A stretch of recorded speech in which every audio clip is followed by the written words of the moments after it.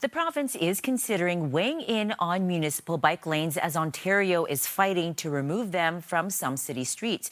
We welcome Murtaza Haider, Executive Director of the University of Alberta's Cities Institute. Thank you for joining us this morning. Now, why are bike lanes such a hot button issue? They're divisive because different cohorts use different types of mode of travel. There's a smaller cohort that uses bicycles.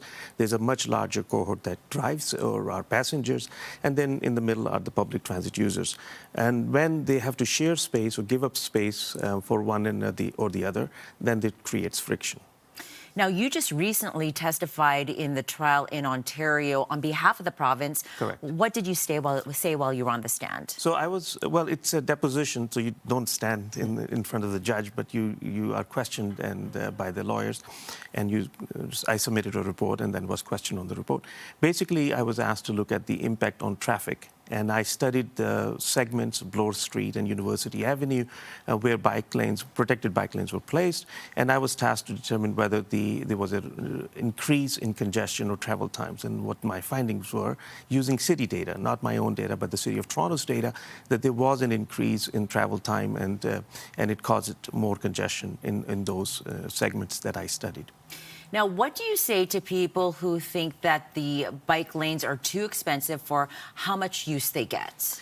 There is an element of truth to it, that certain types of bike lanes in their installation is expensive, but there are benefits to it as well. It's not one or the other option. One could have a cheaper version of bike lanes installed on less traffic based roads. It doesn't have to be on arterials. It could be local roads or smaller streets with less traffic, and there the exposure for bicyclists would be less to automobiles, and this could be done. But the protected lanes, sometimes they cost money.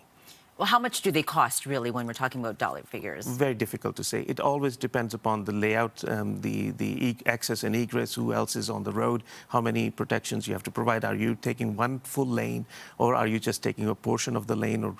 So it's very difficult to say.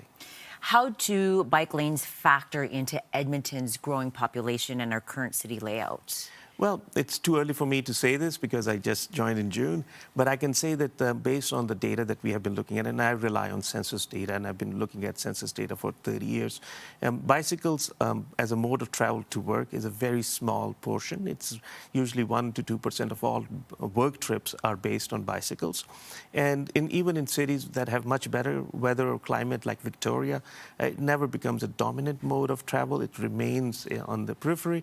So if one were to expect that somehow you will see tens of thousands of people biking, that may not happen, but it doesn't mean that those who are biking, you shouldn't try to protect them and provide a safe environment for them.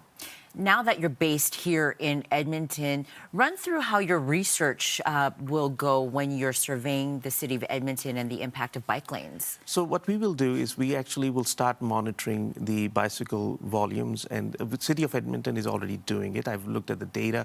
They're monitoring pedestrians and bicycle counts.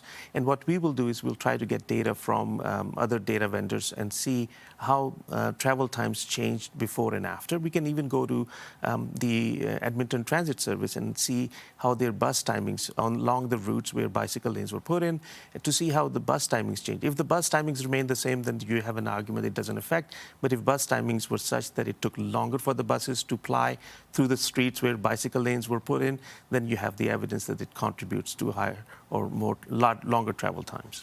Well, thank you so much for joining us. This is a conversation that will be ongoing, particularly here in Alberta. Now, you can find more about the ongoing debate over bike lanes on ctvnewsedmonton.ca.